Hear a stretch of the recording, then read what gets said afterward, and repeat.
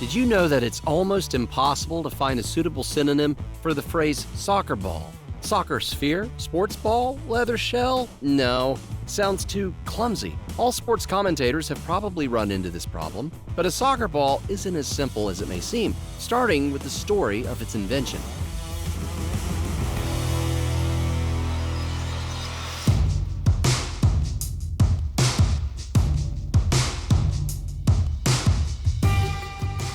It doesn't have too many parts. Look here, an external cover and an air bladder.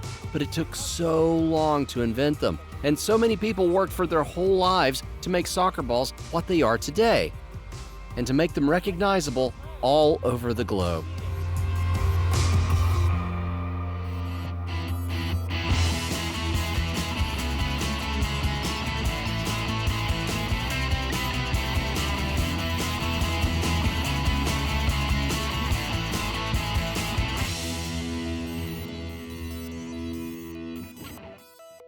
The 2nd century BC.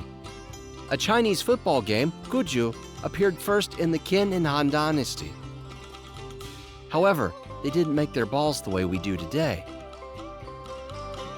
Theirs was a pouch of leather stuffed with feathers and wool. During the classical age, ball games were also popular. The ancient Greeks, for example, played episkiros, and the ancient Romans played harpastum. But the balls they used were heavy and filled with sand. Up to the 19th century, the Europeans used, well, what options did they really have? A ball filled with sand is too heavy, and it doesn't fly well. A ball stuffed with wool and feathers doesn't bounce very well. What material was best for making a light and elastic bladder?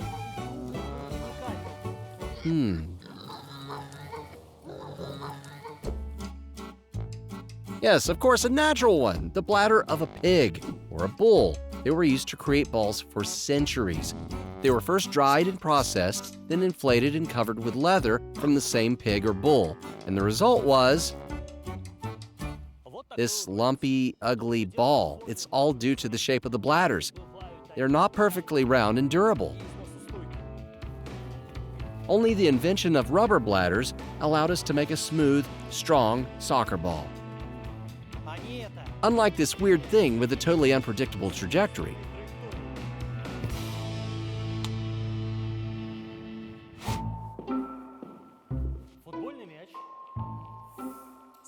The modern design soccer ball appeared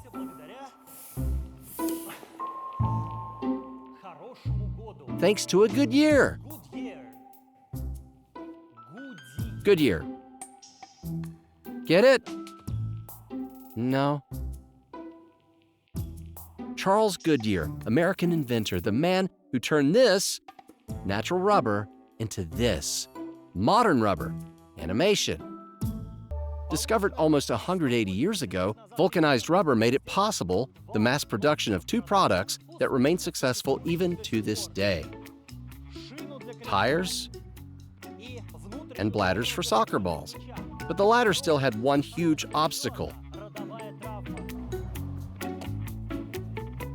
its outer cover.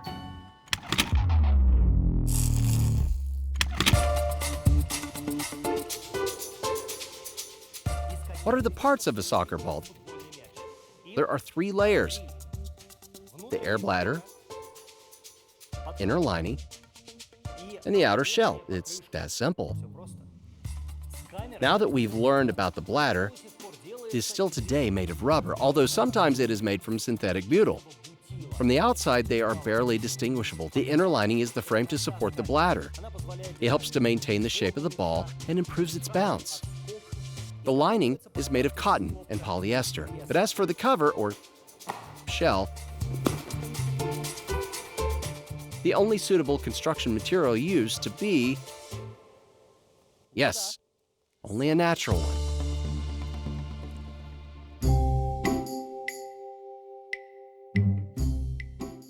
And so the cover was made of leather, which had to be laced together. The air valve for filling the bladder was hidden underneath it.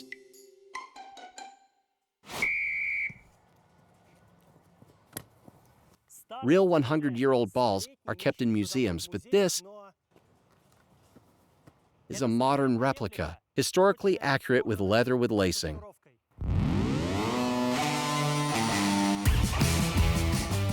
Well, let's hear some athletes' opinion if this ball is good or not. While they are playing, here is a spoiler. If you don't want to hear it, skip the next 30 seconds of the video or cover your ears, okay?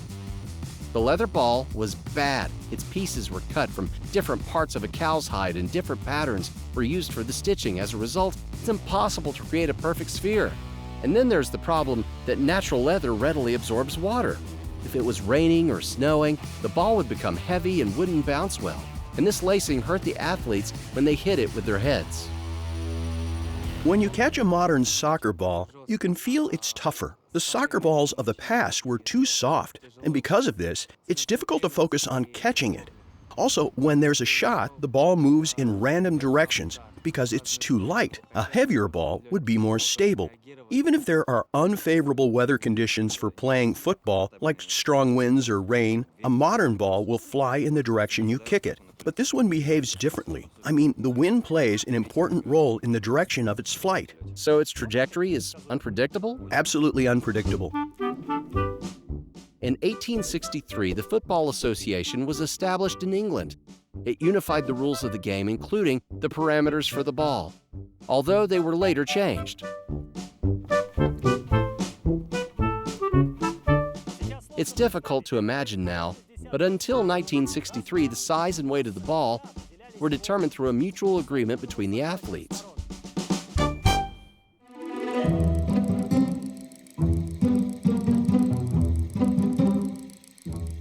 If everyone thought the ball was suitable, there would be a match, but if someone didn't like the ball, the match wouldn't take place. In 1872, regular football games began to be held. Football associations appeared, and we can say that the actual birth of the ball occurred. The ball was heavier and tougher. The circumference was from 27 to 28 inches. The weight could range from 368 to 425 grams. In 1937, the weight increased to between 400 and 450 grams.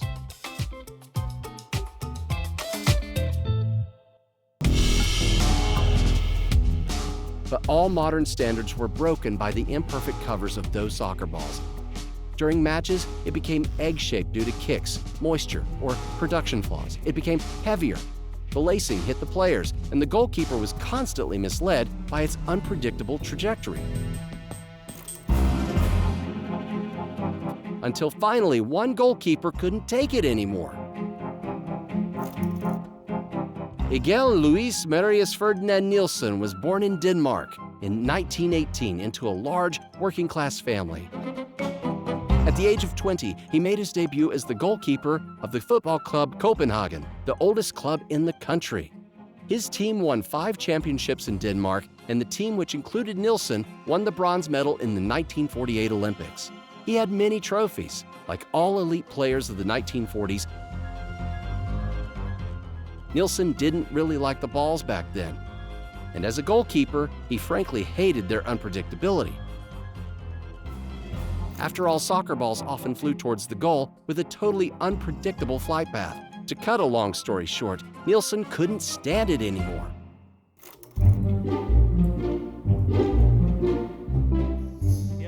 First, this tireless Dane began experimenting with leather and trying to pick best pieces. He moisturized and stretched them to prevent them from deforming. He also added a new component to the bladder, a tiny valve. He removed this annoying scar from the surface of the ball. But his final achievement in his research was the creation of a 32-panel ball using 12 identical pentagons and 20 identical hexagons. In geometry, this shape is called a truncated icosahedron, the polygon the most similar to a sphere. There's no way to create a perfect sphere from separate panels. Egil Nielsen was ahead of his time, so to speak. He invented the ball in 1946 and called it the Select. It turned out to be better than any attempts made by various other manufacturers. The 32-panel design is still the most popular in the world. In 1968, Adidas produced the official ball based on this design for the European Football Championship, and again in 1970 for the World Cup. For the ever more popular television broadcast, which was mostly black and white, the panels were painted in contrasting colors so that the ball would be easier to distinguish on the screen. 12 black pentagons and 20 white hexagons. This is how the classic look first came to be, which you can find in all emoji keyboards today. It was named after a satellite, the Telstar. The Telstar satellite resembles the Telstar ball about as much as I resemble Brad Pitt.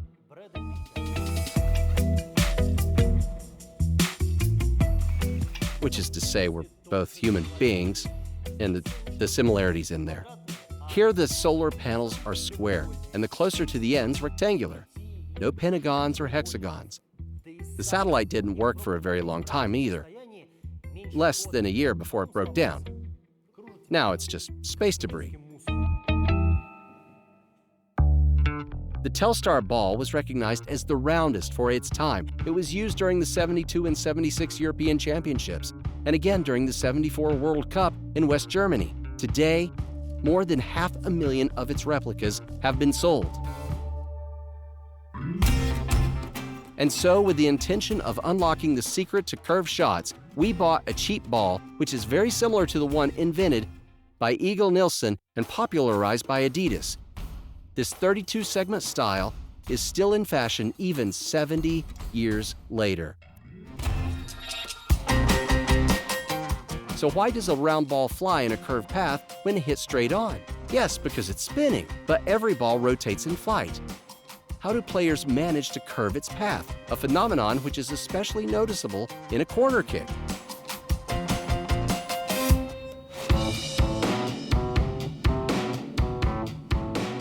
This simple experiment should explain everything. So, I went to the roof of a 19-story building. I secured myself with safety equipment. I went to the very edge. It's a little scary. I was at a height of about 200 feet. First, I'm going to drop the ball straight down. I will throw it a little forward. 1, 2, 3. The ball is blown around slightly by the wind, but it lands on almost the same spot under where it was thrown. Now, one more throw. Now I'm going to spin it a little bit towards myself.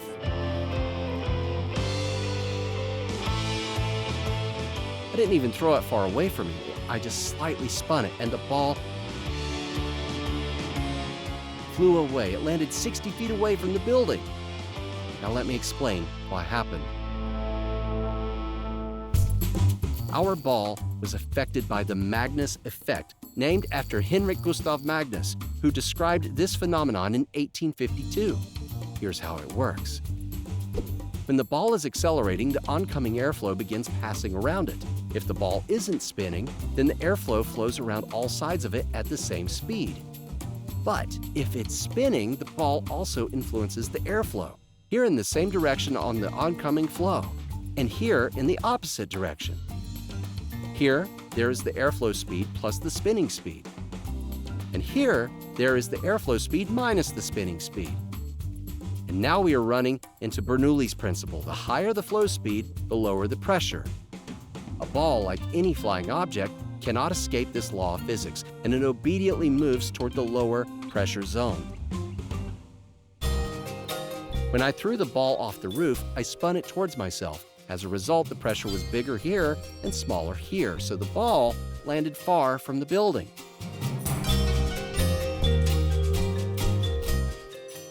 The Magnus effect applies to all rotating spherical and cylindrical bodies in the air, including soccer balls.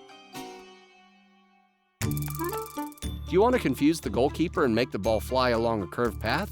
Kick here, here, or here. And if you score a goal, shout Magnus effect!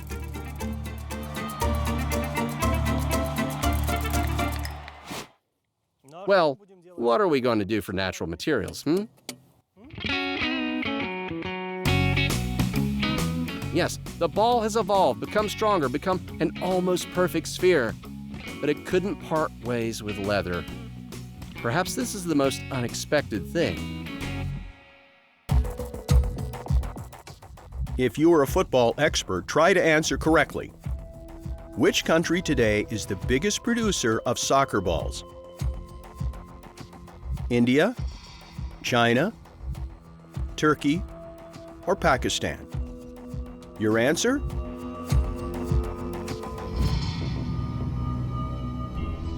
Wrong. The correct answer is Pakistan.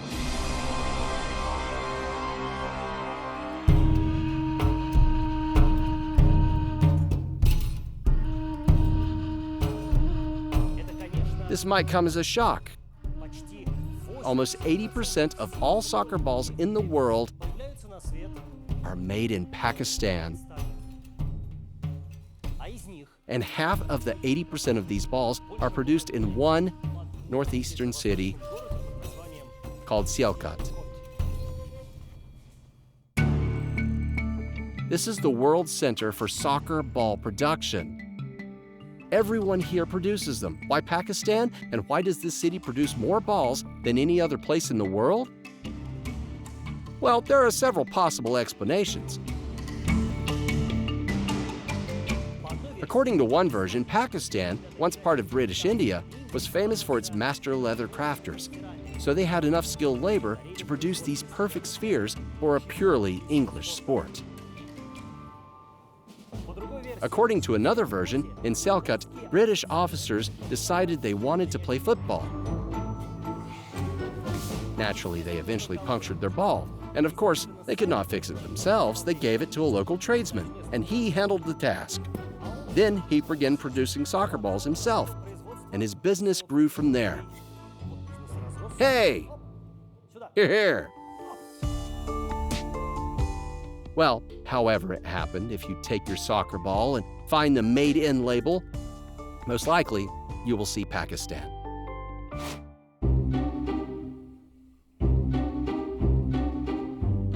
This is Sergey, the only master tradesperson in Moscow who can fix or completely sew a soccer ball. No one else can do that, not even a factory. The next nearest place to repair a ball is 500 miles from Moscow. Why is there nobody who can sew soccer balls?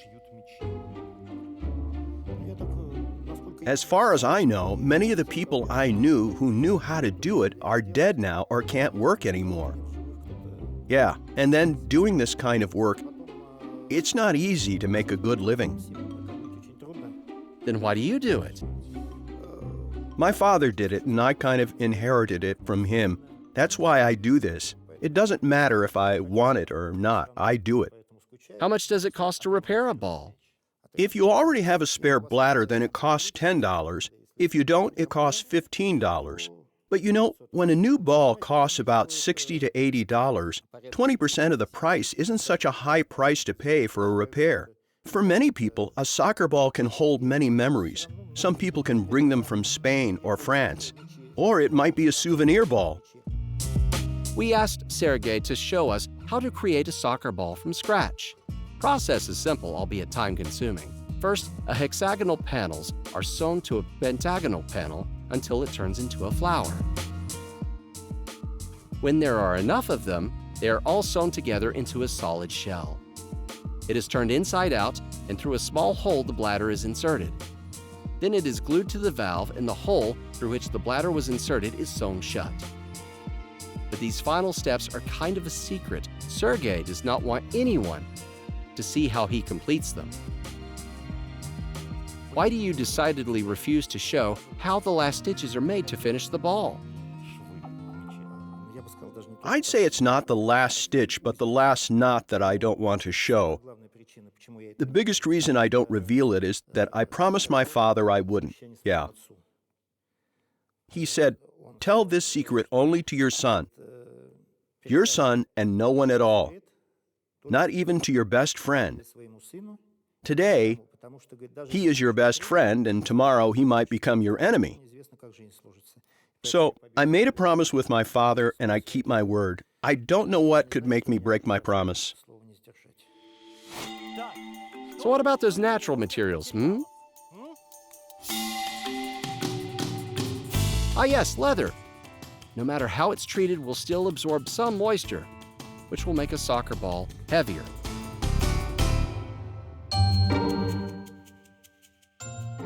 Yes, things have gone, or rather flown, a long way. In the early 1960s, the first ball was made using polyurethane, an artificial leather. Compared to natural leather, it was way more durable and completely waterproof. By the late 80s, genuine leather outer shells had completely disappeared. Then why do so many people say that natural ingredients are the best,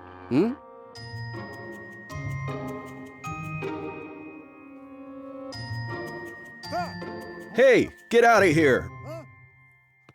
Bloody butcher! Modern high-tech soccer balls are made of plastic. And they are not even sewn. Their parts are fused together thermally to achieve even smoother seams. The different cover designs and coloring have their own names. For example, the ball for the World Cup in Russia is called the Telstar 18.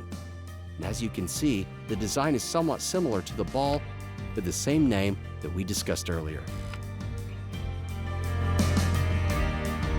Learn, fall in love, buy, be surprised. There are so many tactics people have tried in their attempts to get closer to the ideal, that simple round sphere.